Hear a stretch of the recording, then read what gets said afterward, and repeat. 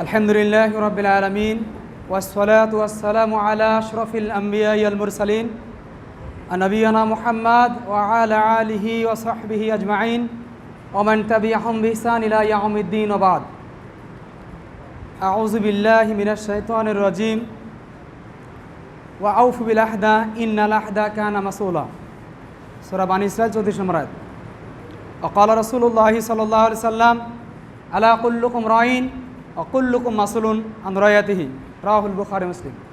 আলহামদুলিল্লাহ, প্রশংসা সেই মহান রব্বুল আলামিনের জন্য যার অশেষ মেহেরবানিতে মাগরিব সালাত পর আল্লাহর ঘর মসজিদে বসে পবিত্র কোরআন এবং সহিহ হাদিস থেকে কিছু কথা বলার ও শোনার সুযোগ পেয়েছি। তাই যে মহান আল্লাহ সুযোগ করে দিলেন তারই দরবারে সংক্ষিপ্ত শুকরিয়া, আলহামদুলিল্লাহ। অতঃপর শান্তি অবতীর্ণ হোক মানবতার মহান শিক্ষক নবীকুল শিরোমণি নবী মুহাম্মদ রাসূলুল্লাহ সাল্লাল্লাহু আলাইহি সাল্লামের প্রতি আল্লাহুম্মা সাল্লি আলাইহি আল্লাহুম্মা বারিক আলাইহি।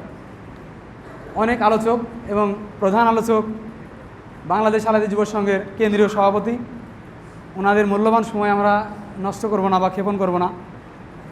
সেই সূত্রে আমি কিছু কথা না বলেই শুধু বাংলাদেশ আলাদী যুব সংঘের লক্ষ্য উদ্দেশ্য মূলনীতি এর উপরে কিছু কথা বলে আমি শেষ করব ইনশাআল্লাহ, যেহেতু সময় কম।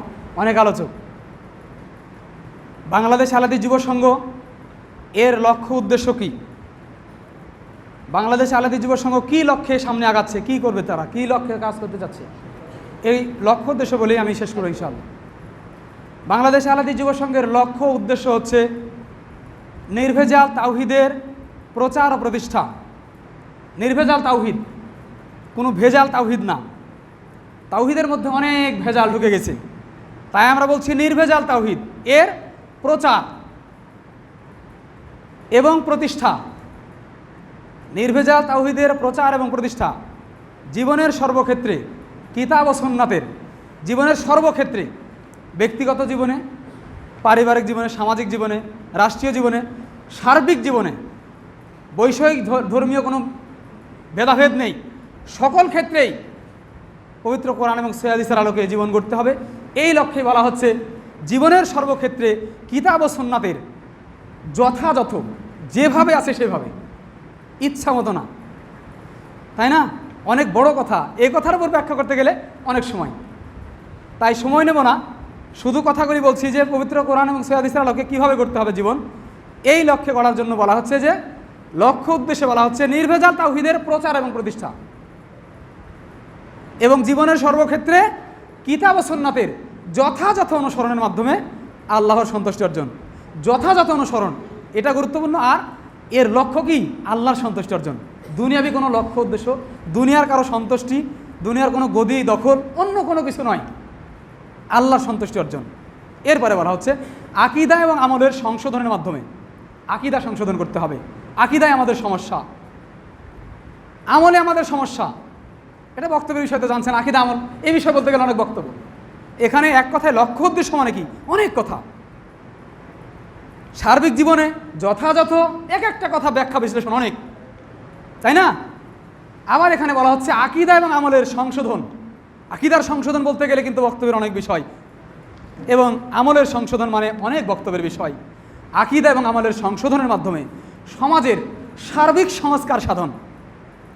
সার্বিক সংস্কার, প্রত্যেকটা ক্ষেত্রে সংস্কারের প্রয়োজন রয়েছে। প্রত্যেকটা ক্ষেত্রে শিরক বিদআত জাহেলিয়াত একেবারে জর্জরিত হয়ে গেছে আমরা, এর শিরক বিদআত জাহেলিয়াতে এই সকল বিষয়ের মধ্যে সংস্কারের প্রয়োজন রয়েছে। তাহলে আকীদা এবং আমলের সংশোধনের মাধ্যমে, সংস্কারের মাধ্যমে, আকীদা এবং আমলের সংশোধনের মাধ্যমে সমাজের সার্বিক সংস্কার সাধন। সংস্কার কি? কি সংস্কার করতে চাচ্ছি? মূল সংস্কারটা কি? এই মর্মে আহমদ 16736 নম্বর একটি হাদিস না বললেই নয়, আব্দুল্লাহ ইবনে মাসউদ থেকে বর্ণিত, তিনি বলছেন বাদা আল ইসলাম ও গরিবান সায়াহুদু কামা বাদা আফাতু ওয়ালিল গুরাবা। ইসলাম নিঃসঙ্গ অবস্থায়, একেবারে দরিদ্র অবস্থায়, অসহায় অবস্থায় যাত্রা শুরু করেছিল। সায়াহুদু কামা বাদা, অতি সত্বর ইসলাম আবার সেদিকেই ফিরে যাবে। ফাতু ওয়ালিল গুরাবা, তবে সুসংবাদ ওই অল্প সংখ্যক মানুষদের জন্যই জান্নাতে, গুরাবা নামক জান্নাতে। সুবহানাল্লাহ। এরপর সাহাবা কেরাম জিজ্ঞাসা করলেন, আল্লাহ রাসূল, ওয়ামান গুরাবা, এই গুরাবা কারা? অল্প সংখ্যক লোক তারা কারা? তাদের বৈশিষ্ট্য কী? রাসূলুল্লাহ সাল্লাল্লাহু আলাইহি ওয়াসাল্লাম বললেন, আল্লাযীনা ইসলাহুনা মা আফসাদান নাস ওয়া ফি রায়াতিন মিন বাদি মিন সুন্নতি।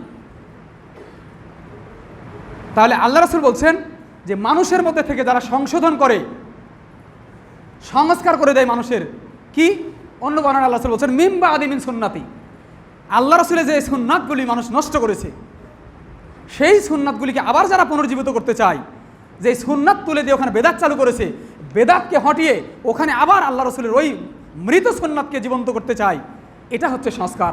এই সংস্কার যারা করে যাবে, যারা এই সংস্কার করবে, শিরক বিদাতের পার্থক্য করে দিবে, হক বাতিলের পার্থক্য করে দিবে, সত্য মিথ্যার পার্থক্য করে দিবে, জাল জয়ীফ কোনটা বলে দিবে, পৃথক পৃথক করে যারা বলে দিবে, এরাই হচ্ছে সেই অল্প সংখ্যক মানুষ।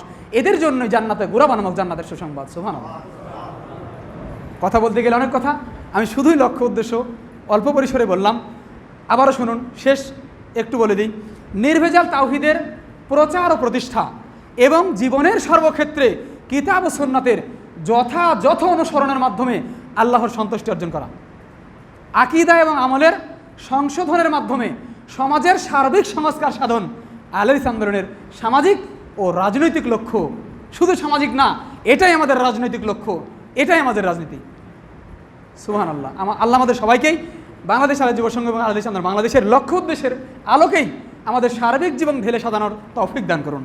আল্লাহুম্মা আমিন। সুবহানাকা আল্লাহুম্মা বিহামদিক আশহাদু আল্লা ইলাহা ইল্লা আনতা আস্তাগফিরুকা ওয়া আতুবু ইলাইক। আসসালামু আলাইকুম ওয়া রাহমাতুল্লাহি ওয়া বারাকাতুহু।